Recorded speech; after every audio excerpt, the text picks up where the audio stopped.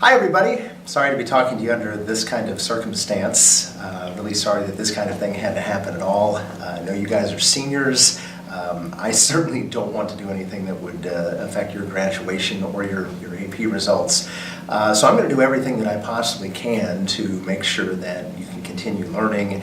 If any of this type of thing continues after spring break, I'll keep posting videos online and I'll be here at school. In fact, I was here at school working with some people today.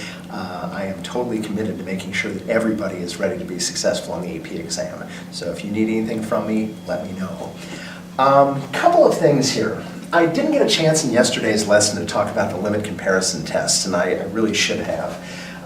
The limit comparison test, if you remember from yesterday, the comparison test basically said if you've got a series that looks a lot like a series that you recognize, for example, if I had something like 1 over e to the 4th plus 2, if you can look at that function and you can say, you know what, this looks a whole lot like the series with individual terms of 1 over e to the 4th. And I know that's a p-series that converges because the p-value is greater than 1.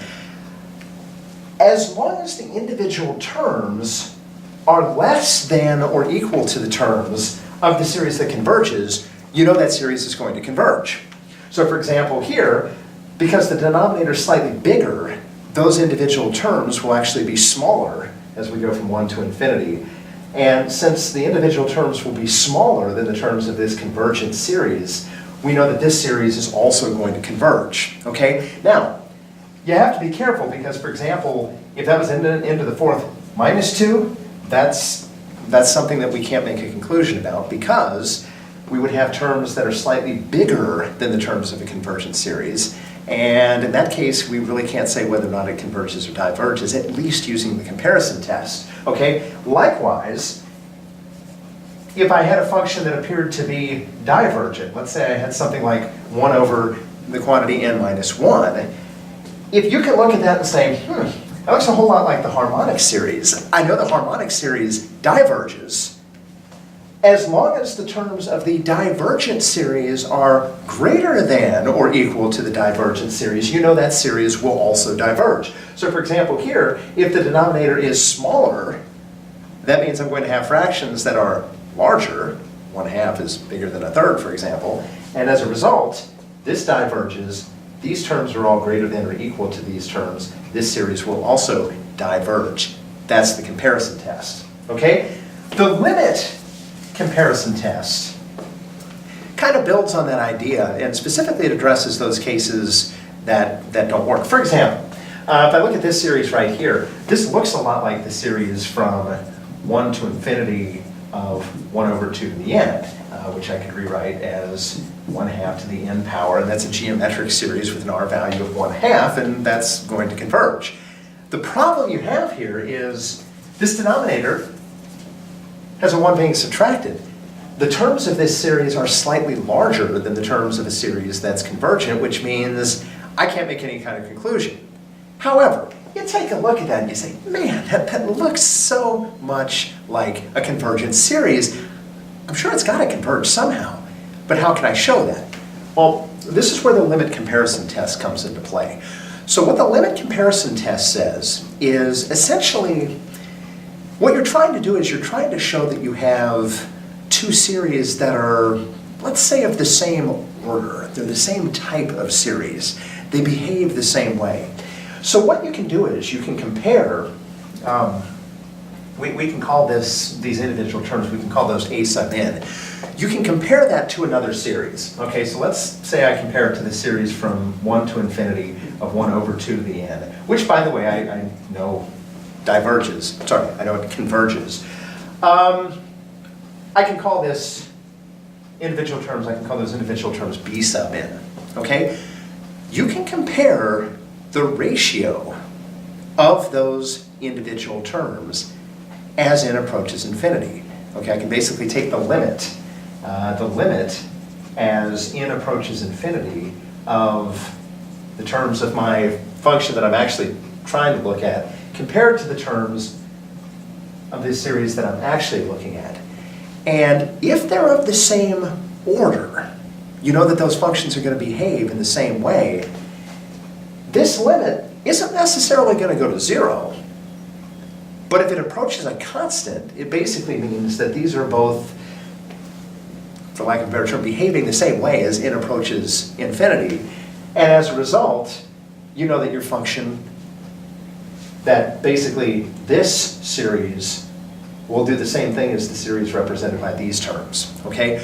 So if the limit as n approaches infinity, if the ratio of those two values approaches some constant, so if it approaches 1 or it approaches 7 or something like that, we know they're the same order. If it approaches infinity, for example, that would mean that this is changing differently than this, or if it approaches 0, that means the denominator would be basically changing drastically differently than the numerator. Okay, so it has to approach some kind of a constant value. So let's take a look at this particular example.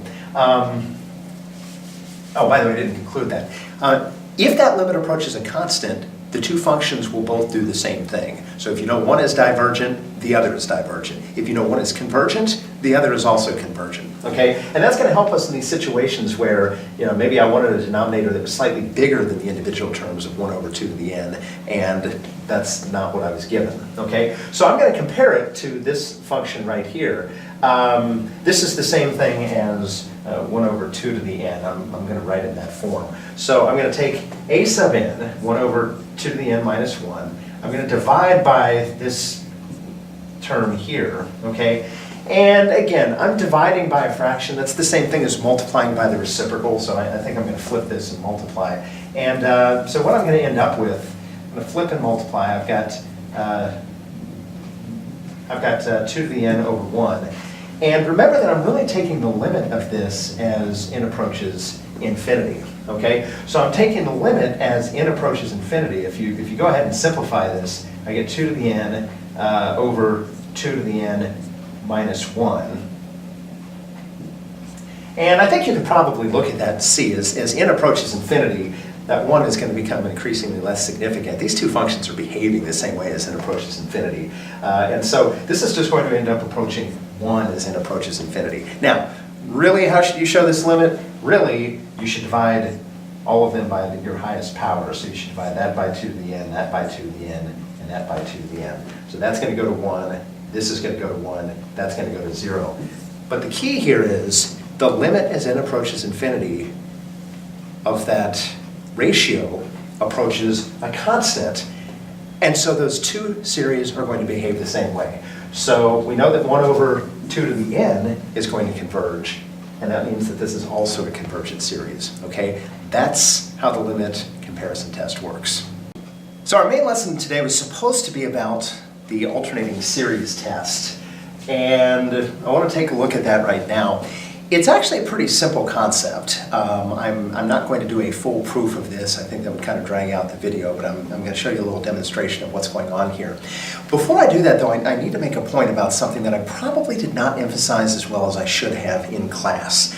All of the series tests that we've talked about up to this point have been for series that were decreasing series. Obviously, if they were increasing, they would increase to infinity.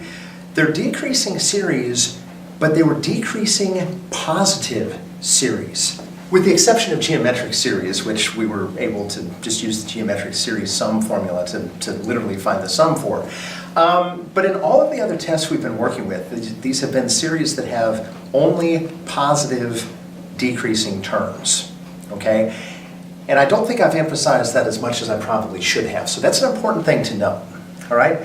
So what we have here is an alternating series. And in fact, you may recognize that this is actually an alternating harmonic series.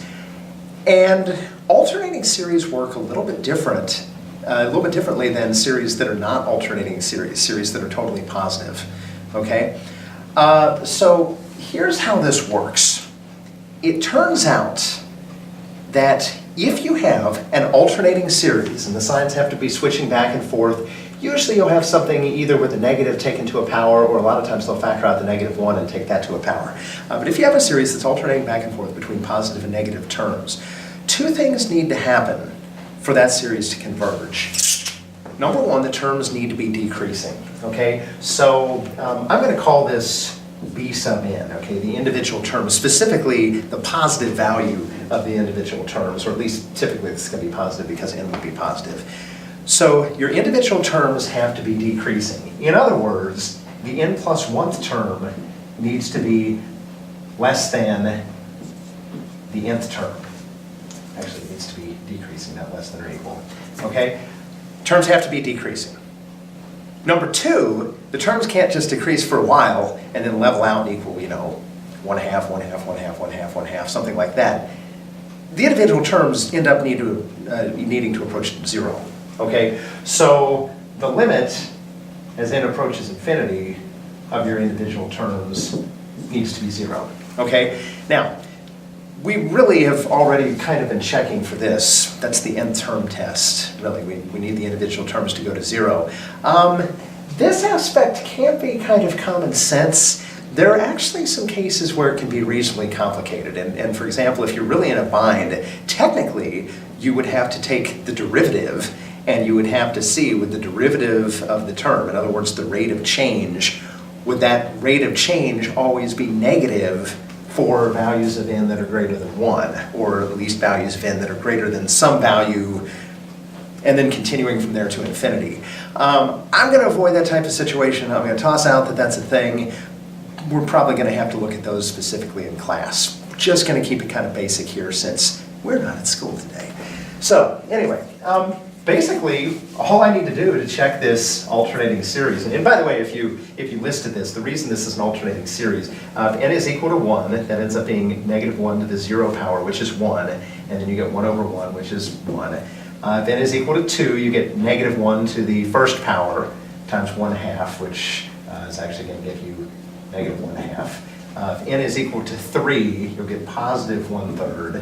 And then you get -1/4 and so on. So it's an alternating series. In this particular case, it's an alternating harmonic series. It's interesting, the regular harmonic series diverges. This series will actually converge, okay? Anyway, by the alternating series test, the individual terms are going to approach infinity. The limit as n approaches infinity of 1 over n, of course, is just going to be 0. The individual terms would decrease, okay? We're going from 1 over 1, 1 over 2, 1 over 3, 1 over 4, and so on. Those individual terms are decreasing. That's pretty apparent just looking at it. It's not proof, but it's pretty apparent. Okay. So anyway, that's it. This will be a convergent series, and I've completed the 2 things that I need to do for the alternating series test. Okay. So it can potentially be relatively easy. Again, they're crazy cases, but in general, the positive value of the terms need to decrease as n approaches infinity. The individual terms need to approach 0 as n approaches infinity. And as long as it's alternating, your series is going to converge. Okay? But that's actually all you have to do. Now, just to give you a little bit of background as to why this works, just to give you a demonstration, imagine this alternating harmonic, for example. The first term was 1. So we're starting out on a number line here at 1. Okay? And actually, maybe I want to start out here at +1. Anyway, I'm going to go back a half. So that's going to take me to right there. And then I'm going to go up a third, which doesn't get me all the way back to where I started. And then I'm going to go back a fourth, which is even less than a third, which doesn't take me all the way back to the previous point. And then I'm going to go up a fifth, which doesn't even get me back to the previous point. And so what happens is you're going to jump back and forth and back and forth and back and forth, and those little jumps are going to get smaller and smaller and smaller, and you're going to narrow in on some value basically between, in this case, between 1 and 0. Okay, so it will be convergent. It's not going to add up to infinity. Now, what the sum actually is, that's a different story. There's an alternating series test that's very easy to do. We're going to focus on that later when we start looking at AP problems. Specifically, the test that we'd be looking at is the alternating series error test. We're just going to hold off for that for the time being. So just deciding, are they convergent or are they divergent? So hopefully that's helpful in getting started on the problems I've posted on Schoology.